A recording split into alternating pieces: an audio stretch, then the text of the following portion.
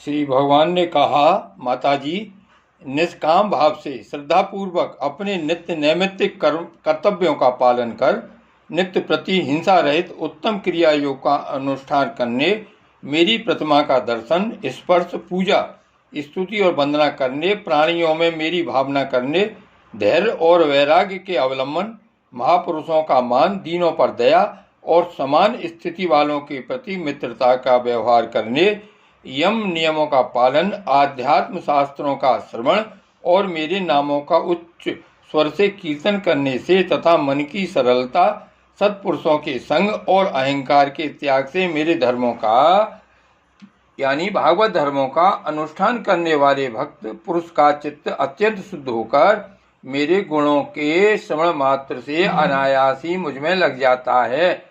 जिस प्रकार वायु के द्वारा उड़कर जाने वाला गंध अपने आश्रय पुष्प से घ्राणेन्द्रिय तक पहुंच जाता है, उसी प्रकार भक्ति योग में तत्पर और राग द्वेषादि विकारों से शून्य चित्त परमात्मा को प्राप्त कर लेता है। मैं आत्मा रूप से सदा सभी जीवों में स्थित हूँ।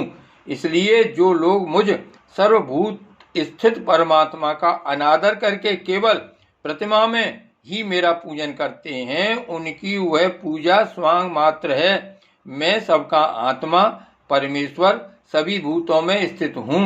ऐसी दशा में जो मोहवश मेरी उपेक्षा करके केवल प्रतिमा के पूजन में ही लगा रहता है, वह तो मानो भस्म में ही हवन करता है।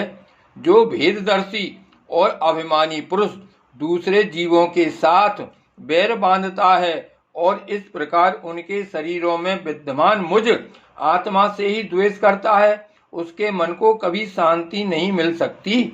माताजी, जो दूसरे जीवों का अपमान करता है, वह बहुत सी घटिया बढ़िया सामग्रियों से अनेक प्रकार के विधि विधान के साथ मेरी मूर्ति का पूजन भी करे तो भी मैं उससे प्रसन्न नहीं हो सकता।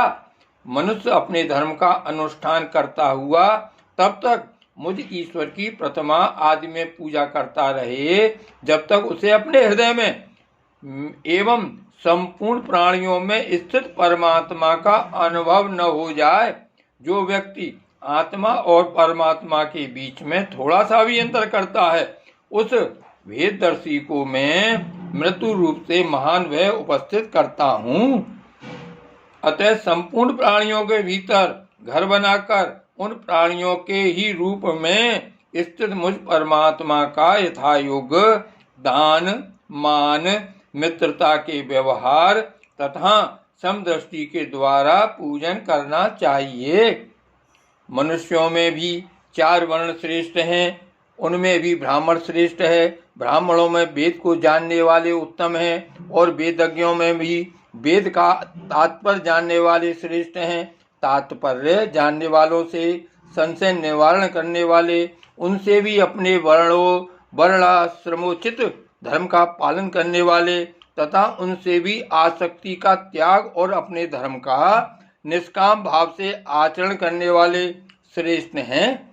उनकी अपेक्षा भी जो लोग अपने संपूर्ण कर्म, उनके फल तथा अपने शरीर को भी मुझे ही अर्पण करके भेदभाव छोड़कर मेरी उपासना करते हैं, वे श्रेष्ठ हैं। इस प्रकार मुझे ही चित्त और कर्म समर्पण करने वाले अकर्ता और समदर्शी पुरुष से बढ़कर मुझे कोई अन्य प्राणी नहीं दिखता।